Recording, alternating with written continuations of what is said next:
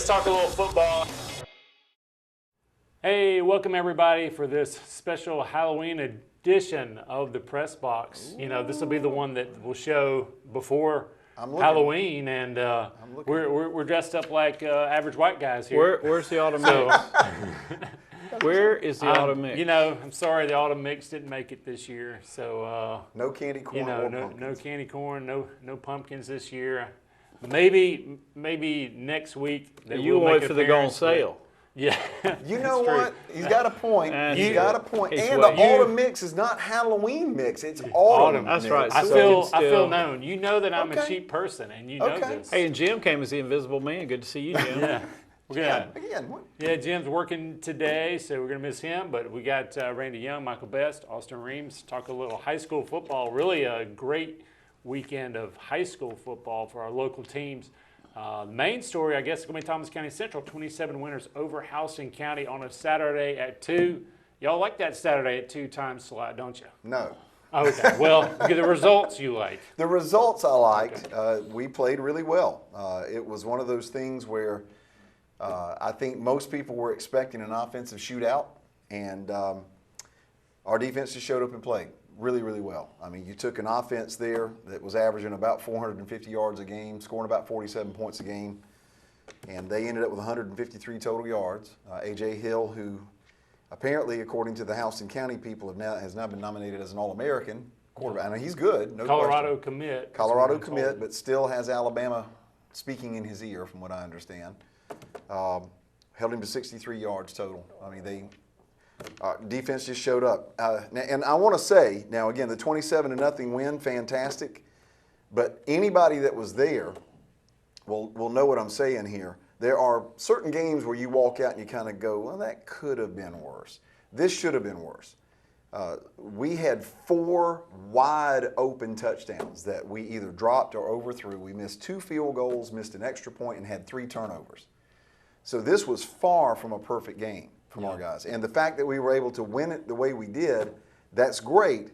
But I think our players, our coaches, and our fans walked out of there knowing you can't leave 35 points on the field against a really good team and it not come back to bite you. Now, on this particular day, our defense was able to overcome it. But against a Lee County or a Roswell or a Gainesville or a Hughes or whomever you may see from this point on, you just can't do that. So I think if there's a silver lining, of course, you win 27-0, there's no complaints. I mean, there's a 4-score win, and you pitch a shutout against a team that hadn't been shut out since 2019. But there is work to be done, and there's still improvement that can be made. And there's part of me that's kind of glad that we had those struggles, because if it was a 52-0 game, which it very easily could have been, I don't know that you could talk to our guys this week. You know, the heads would have been so big, but the coaches will be able to get their attention because they knew walking off that there was stuff that they left on the field that you just can't do that in a championship type of football game. So speaking of championships, yep. Lee County, you got to play. Obviously, you're going to have to play a good game all around. Oh, no question. Defense, offense, special teams. Seems to be a lot of smoke coming from that game. A lot of fire. A lot of stuff on the internet going around about this game. So. I'm all for it. I love it. Yeah, it's a region championship. I mean, that's the way it's supposed to be. And Lee County is a fantastic team. And you're playing Superman. I mean, Usmane Chroma, the running back for Lee, is the top-rated running back in the entire state, and deservedly so. Nobody has stopped him, not even close. I mean, he ran for over 200 yards against Colquitt. He ran for 327 against Houston. Now, this past week, they only let him carry it 6 times, and he ran for 65 yards, but he also caught a 75-yard touchdown pass, which shows another part of the game that he's capable of taking care of. So you get the number 1 rated junior quarterback in the state one week, and then you get the number 1 rated running back in that junior class the next. It'll be a heck of a football game, bottom line. And we're going to be honoring the 30th anniversary of Charlie Jr. winning the Heisman. He'll be there before the game taking photographs and signing stuff for our fans, which will be really, really neat. Take care of your business, and this is what I've been saying. I mean, if we play our game, if they come in there and beat us, they're just better. But they're going to have to prove it. And our defense right now is playing spectacular football, as good as I've ever seen it from a high school football team. Every single guy at every single position is capable of making an open field tackle by himself without any assistance. But when you've got 3 or 4 guys there every single time you make a tackle, that's hard to get around, and that's the way we're playing right now. Just keep it going, keep doing what you're doing, and let the chips fall where they may. Yeah, you're talking about dominant guys every level of that defense too. Yeah, It's not just good secondary or good, good defensive ends or whatever. You've got studs everywhere. Well, and I'll say this about the Houston County game. I've had a lot of fans asking why I thought they ran the ball so much, and they did. I mean, they really, really were more run heavy than pass heavy. And I don't have an explanation for that because they have a receiver that's committed to Stanford. He's the valedictorian of their class, by the way. They've got another receiver that's committed to Cincinnati. They've got 2 offensive linemen, one committed to UCF, one to Duke. And then you've got the quarterback and the running back who apparently is going to South Carolina. You've got 6 guys there, D1 guys. And I don't know if they wanted to shorten the game thinking they couldn't stop us and that's why they went run heavy. I can't answer that. But regardless of what it was, the reasoning, our guys took care of it and come out with a big win. So looking forward to this week. All right, speaking of big wins, Colquitt County over Lowndes 52-34, and they're going to be playing Valdosta for the region title. Just a little bit of, I love to hear that Valdosta region title. Colquitt, just old-fashioned kind of rivalry, tradition, and fun. That's going to be another good game. Kind of the Valdosta seems to be known for their defense this year, and they're going to kind of go against that Colquitt County offense. Colquitt ended up with over 600 yards of offense in this game with Lowndes. And in fact, there was 1,100 yards of offense total between the 2 of them. So not exactly a defensive struggle. And it was tight for a while. Yep. It was tight for a little while. Lowndes really, Lowndes hadn't had a great season, but they played pretty well this game. They did. But I'm with you. I'm interested to see how the Valdosta defense, which is really the strength of their team, how they handle Colquitt. Colquitt's just got so many weapons. Valdosta High School is still has the most wins for a football team, college, pro, high school. They have the most, second most. Yale has the most. Wow. So there you go. That's impressive. So those Valdosta fans root against the Yale Bulldogs every week so that Valdosta can. And this is a region championship. This is a story. region championship too, so that's important. Whoever wins it, both of them are right now undefeated in region play, so it's a huge game. And I think in that 7A, having a good bracket is very important. Yeah. So a lot of good that's teams anybody. There. Yeah. All right. So speaking of run game, and we're talking about Lee County's run game. Man. Let's talk about Cairo's run game. Cairo over Westover, 55-12. But the big story is I'm going to call him Mr. Spence. Yeah, KJ Spence. He's a dual play basketball and football. He averages about 26 points on the court. Good kid. Comes from a good family. Got a lot of boys that played for us, and KJ is a phenomenal young man, very humble guy, and he's just a kid you like to see have success. He had a great night at halftime, and there he goes on one of the many runs. That's actually Brian Duncan, our freshman. He scored on the first time he touched the ball. We thought, well, he's going to have a big night, but it was actually Keishan. We just kept feeding him. Here's a great throw and a catch there that got us down close to the goal line and punched it in, and then we kind of just had our way. Westover actually jumped out 6-0 on us, and we thought, here we are in Hugh Mill Stadium. What's going to happen? But as you can see, Keishan had a big night, and that's a little move. It's like flag football, the thing behind him, and they still can't catch him. And and then here's a great throw and a diving catch by Corey in the end zone for a touchdown. And that's little Corey Baker, and he had a big night as well. So it was a great night. But we realized that Keishan was close, and we wanted to see him get that record. Drew Owen right here gets a good punt and gets him down deep. He had a couple of them. We pinned him down at the 1-yard line. I believe this may be the that's a 4th down stop here, or fumble here. Yeah, this is we've got the one time Keishan had a scoop and score for 99 yards on him. He had to be tired by the time. Yeah, a little tired. He had a busy night, and that was his last. That was one of his last touchdowns of the night right there. But one of his last touchdowns.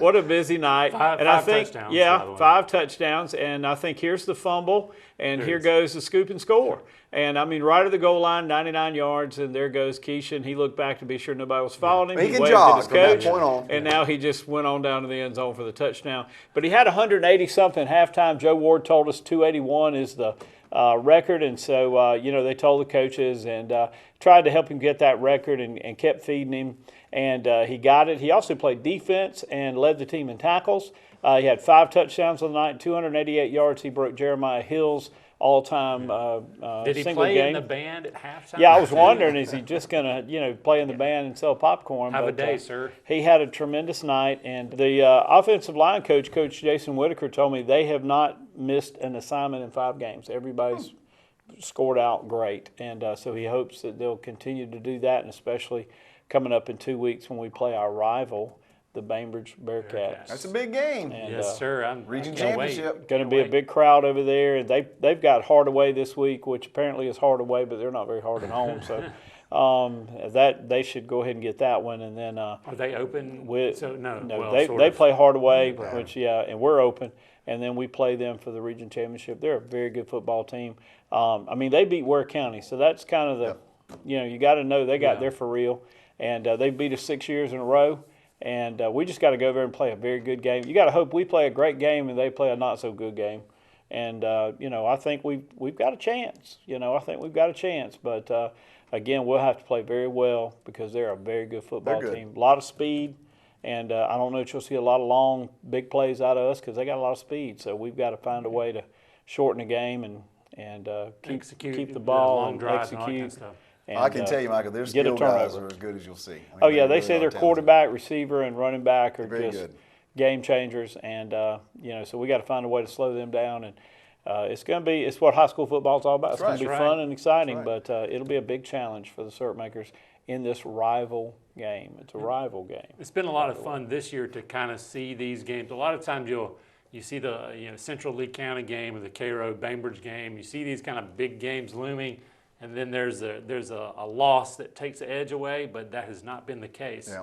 Also, you can say it for Colquitt and Valdosta. Like, it's been kind of fun to be like, here we go, it's buckle coming. up, it's going to be fun. Yeah, because you kind of mark those games on your schedule, and say, hey, it's going to be a big game, and so it is. Speaking of big games, Thomasville, your alma mater, Thomasville beats Doherty 41-12, and they're going to be traveling to Crisp for the second place outright, but another running back had another good game. Leland Chapman had 12 carries for 113 yards. Cole Shaw, my main man, a wide receiver, had 2 touchdowns and 116 yards.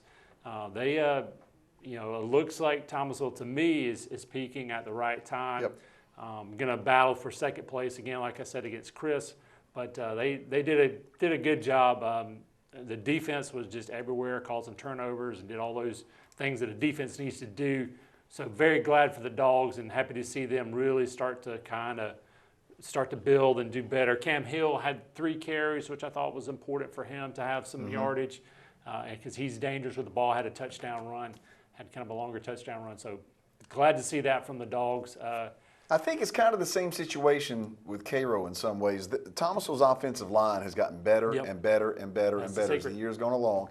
And I know that Jim made the comment early on that these were seniors, but that they had not played a whole lot. So they had time in the system. But that's totally different than being out there under the lights. Yeah, there's no way you can replace, with the live bullets coming at you at offensive line. There's only one way to get better, and that's game by game by game. Yep, and there's no question that when Cam Hill is comfortable back there behind that line, he is a dangerous quarterback. And clearly, with the running game kind of getting his wheels up under us, Cole Shaw, he can take it anytime he touches the ball. Yeah. And again, if Cam's playing with confidence, getting the ball, anyway, they're in a good spot right now, growing up at the right time. I saw where Cole committed to Mercer, so excited for him and that. So a couple other scores to go by. Pelham loses to Bacon County 43-21, and they have an open week. And then Mitchell County loses 41-0 over Miller, and they'll be playing Randolph Clay.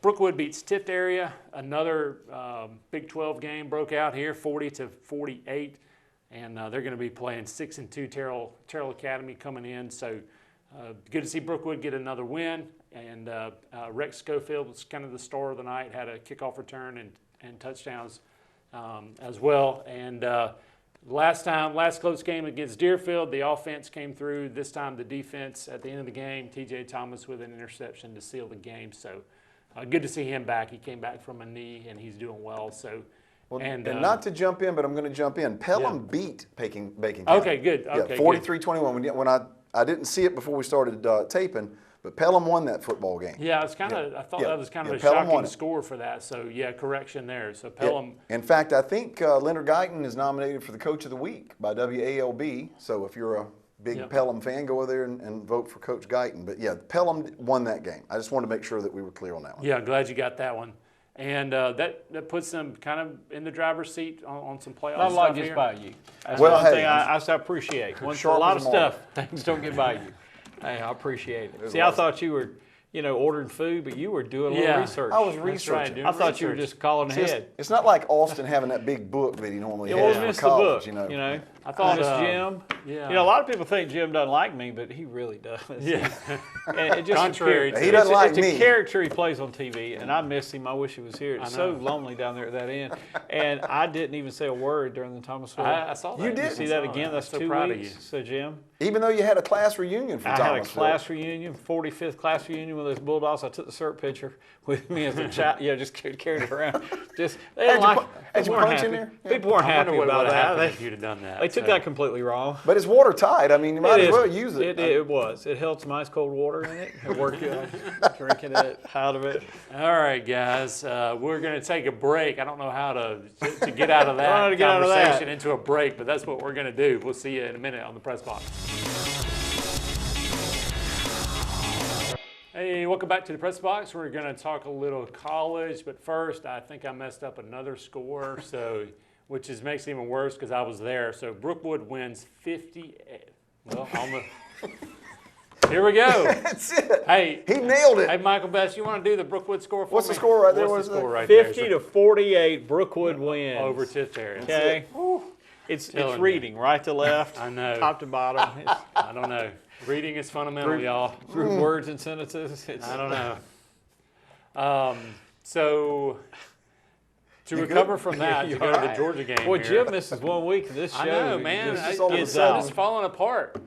So We have Georgia coming up. Yeah, next. Georgia- speaking of Georgia, speaking of, Florida. not Florida, falling Georgia. apart is well maybe the game the Georgia Florida game hasn't had as much it hasn't been as exciting as some of these games are. Of course, it's exciting for y'all as dog fans because you're beating them soundly. But do you think this is going to be an exciting game between your dogs and Florida? All right, Michael. I hope not. And let me tell you why. Because my wife says how important it is. I have to go to a wedding. Who gets married on Georgia Florida Wait, Day? you got a wedding I on? gotta go, but it's at night, so hopefully this thing will Okay. be. But I told the groom that there'll be one guy watching the game on his phone if this thing is close Yeah, now. yeah. So if it gets to that point of people speaking up and I go, yes, it means Georgia scored. Yes. Not that I Yes. didn't want you If to get anyone married. has any reason these two shouldn't be married, be careful you don't holler on that part. Yes. Just say Yes. Yep. Be careful. Yeah. But I don't know. Georgia has this year played to the level of what they need to play to. And when you worry about, their performance sometime, they seem to rise to the challenge. So they're going to have to because Florida seems to be getting better. Yep. So. Yep.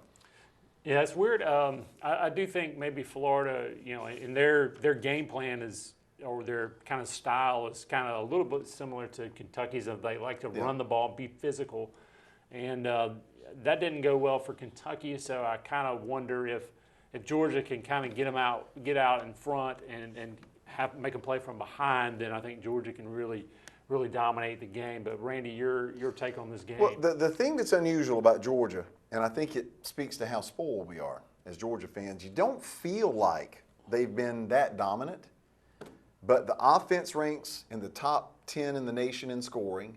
They rank in the top 5 in the nation in total offense. The defense ranks in the top 10 in scoring defense and in total defense. So you're talking about the 4 categories really that matter if you're talking statistics, and Georgia's right there where they have been. I mean, now they're not on top, but they're the only team in the country that is in the top 10 in each of those statistical categories. So Georgia's playing really well. It's just we're used to seeing like that defense just dominate folks, and that just hasn't been the case. And look at those guys in the NFL, by the way. How that makes a difference. A lot of That times makes a you difference. have, but a lot of times you'll have very good players that Right. are kind of average in the NFL. Oh no, not most of those Georgia guys. They're having really good careers. I think these defensive guys are good college players. I mean, and you'll see a couple of them probably playing on Sundays, but not like the whole roster like we've had the last couple of years. And this has been a learning process for the offense, too, because of a brand new quarterback. First time in a couple of years we've had to break in a quarterback. Running backs have been hurt. We've had some linemen be hurt. But the good news is the only person that sounds like he's not playing against Florida will be Brock Bowers. So they get Mims back down on the line. They get Roderick Robinson back as a running back. It sounds like Kendall Milton's good to go. And, again, I think Georgia's in a good spot. I heard a stat this week that starting quarterbacks first time out against Florida are 1-9. Really? For Georgia. I think Beck, though, he may be an exception. Now, he has really played very, very well. There's no complaints with Carson Beck whatsoever, and no complaints with Mike Bobo. Yeah. Regardless of what a lot of the Georgia fans may want to say, Mike's done a fantastic job calling the plays. Yeah, he hasn't always, like you said, when you don't have your whole complement of players, it's hard to. He's made it work. It's going to look mismatchy if you don't have your complement of players, and he's made it work. He's tried to find what worked. Yep. So anyway. Yeah, so the other fascinating storyline to me about Georgia and Florida State, and so we'll talk about them together here, is it just kind of both of them have a stretch run here where maybe you're not playing great teams, but you're playing good teams. Now Florida State's playing Wake, but when you get past Wake, Pitt's pretty physical. You get past them, and you got the Florida game. You've got another pretty solid team coming up, and I can't think of who that is. I need my book. You got Miami, obviously. So you've got a lot of physical games that are going to kind of be stacked up on top of each other. Same thing with Georgia. By the time you do Florida, you got Missouri, you've got Tennessee. Ole Miss kind of like it's not really that all those individual teams are great, but playing them back to back to back to back is a thing. Yep. So the question is, we'll start it with Florida State, and then we'll pull Georgia in this too. You think Florida State has the depth to do this? Because you're going to have your A game for the championship game. If y'all are playing Bama, or you're playing LSU, or I don't know who's going to emerge from the West. It could be. It'll be Bama or LSU. It should be Bama unless there's a huge upset there. But Florida State's going to have to play well to beat maybe North Carolina in that championship game. So, do they have the depth? Does Florida State have the depth to do this? It seems like they do. I mean, I think they do. You got to have some luck and stay away from the injuries. I know from the Georgia side, defensively, Georgia runs waves of players. It's not like here's the starting 11 who's going to have to play for 60 minutes. They have 2 or 3 teams that come in throughout the game. So and situational teams, too. Yeah, they've established some depth, and I think Florida State has done the same thing in many areres. So, well, and I think, you better have it. Well, yeah, you're right. You better have that depth because there's going to be attrition. I mean, just look at the Georgia running back situation. I mean, when we've had to take a wide receiver and convert him to play running back just because there was nobody else to put back there, if you have a rash of injuries at one spot, you got problems at that point. But I think all of them, Georgia has got guys stacked. I mean, the depth there is not really a huge issue unless you, again, lose 3 or 4 guys in one spot. And FSU's building it. I think it's where that depth is where it really hurts. Yeah, that'll be kind of what the interesting part is going to be. And a lot, like on the defensive line, on your defensive backs, they've been rotating a lot of players in. But at a linebacker, you haven't been able to, so you're a little worried about that. Quarterback could be a problem. Yes, obviously. Yes. Offensive line, they rotate 8, so they've done a really good job of that. But they could be in trouble here coming up if they have like a rash at one certain. Man, I hold my breath every time Jordan, and I know he runs as part of who and what he is, but I hold my breath every time he takes off and runs because he's not one of these guys that really wants to slide. He's super duper important. Yeah. And he does better when he runs, right? Yeah, I get it. That second half of the Duke game, like it kind of energizes him, which is kind of an interesting part of it. But yeah, I'm with you. Take care of yourself. He's done a better job taking care of himself the last 2 years. So speaking of, let's go to trick or treat. Instead of yes and no, we're gonna have trick or treat. Only if we had some autumn mix here. I know if we only had some. We're just gonna imagine it. It's still autumn. It's still autumn. Yeah, okay. That's true. We have a chance. And they'll be on sale next week too, so that does make a difference. So with Halloween approaching, trick or treat? Is this a bad thing or a good thing? Are they tricking us or are they treating us to something good? So here we go. Randy, Clemson OC Garrett Riley, trick or treat? Trick. All right, you say trick. Trick. That's a toughie. I think Dabo's meddling too much in that offense, so I'll say treat. But Michael Best, Lincoln Riley, his brother Lincoln Riley, is he a trick or a treat? He's the coach of Southern Cal. The Southern Cal doesn't seem to be real happy about the defense that they're putting out there week to week. Trick. He needs to be an offensive coordinator for somebody. All right. Well, it's said here. Just Oklahoma fans are You heard it here definitely aware of first. that. Just saying. Yeah. Until he learns to put emphasis on defense, he will never win a national championship. It's not going to happen. Yeah. Sorry.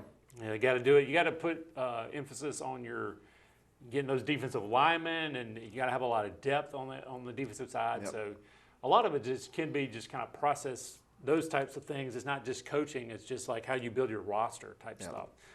All right, Michael, Miami this year, trick or treat? That's a weird one right there because you just can't figure them out. I don't know. That's why I'm asking y'all experts here. Golly, I got to get. I got to just say trick because you just never know what you're going to get with Miami. You never know.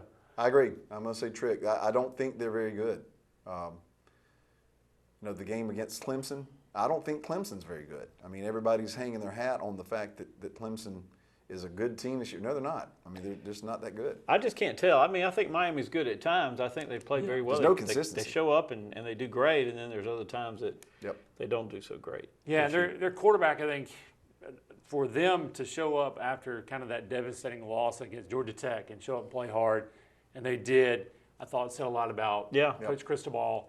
And I do think with Tyler Van Dyke out that they kind of gutted their way to a win, which was big for them. So I'm going to say they're a treat, but borderline treat. I got my eye on them because you don't ever know. So, all right. So the best, in fact, just this week, the best odds to win the national championship goes to Michigan for the first time. Michigan with the best odds to win it all. Trick or treat, Randy? Trick. They must have been watching those odds makers make their decisions on the side get to with that. some binoculars, possibly. They haven't played anybody. Sorry. Yeah. Trick. Didn't they lose to TCU last year? They did. They did. You remember Georgia beat TCU? Yeah. Didn't they play them? Didn't Georgia have that? Ohio State beat Michigan. Go on, trick. Too, I believe. Trick. All right. So what do you think? The next one, of course, is stealing signals. Trick or treat. What do you say, Michael Best? I think that's a treat. Yes. I think that's why I like to see them pictures they hold up. I know. If they would just go to them headphones and microphone in college like they do pro, you wouldn't have to worry about all them. Yeah, it's crazy that that's not coming already. Yeah. That would solve a lot of problems. Although, whoever is making a big deal out of them stealing signs, they need to calm down a little bit because that happens all the time. That's what I was going to say. See the FSU national title game against Auburn. You know what Jimbo said about it? He said that was on us. He said we should have changed our signs. Yeah. That's part of the game. Yep. So I get where you slap them on the wrist, but everybody's trying to get Harbaugh fired or 3 years suspended. I think in the NCAA. speed of the game, there's only so much information you can gather and tally in a signal to be able to get it out. Yeah. Yes. It might be right or left or pass or run, but it ain't gonna be a whole lot more to it that quick. Yeah, and I saw something on Twitter X, and Twitter X is always right, but they were saying, look at the guy whispering in the defensive coordinator's ear, but then, you see it, but then the play that Ohio State was running was they gained 20 yards. Right, so what good did that do? What good did it do? Yeah. So everybody's looking for an edge, so it's funny, but it's not a big deal. Yeah, I think the accusation is a trick. Yeah. Yeah, well, that's true. That's true. It does seem to be. I don't know why it would come now, and I always pay attention to when accusations come. So that's an interesting part I wonder where it came from. Yeah, I think people may know. I think it came from Fitzgerald. Jim Rayburn. No, Jim has been holding that. That's why he's not here today. He's meeting with people. He's talking to the NCAA right now with a pair of binoculars. All right, last one. Trick or treat pumpkin spice lattes. Randy, you got is that a trick or a treat? Is that what you got over there? This is French vanilla, man. This is just plain old. I don't understand. You're a French vanilla guy? I do not understand the pumpkin spice stuff. I'm trick. Trick. My wife loves it, but it's Trick. I don't get know it. that stuff. Man, it's a treat. I love pumpkin. Autumn mix is a It's treat. way candy better than any pumpkins. kind of Some autumn candy mix. pumpkins. Pumpkin pie cheesecake, Yeah. anything Okay, pumpkin that's stuff, what- any kind of. I don't want a cheesecake in my coffee though. I Yeah. just give me some coffee. You just want coffee. Just want coffee. All right. Well, I hope you had just football today, and I'm going to work on my numbers next week and try to do better. We'll see. Yeah. Left to right. Left Just remember, to right, left to right. It top to makes a bottom. difference.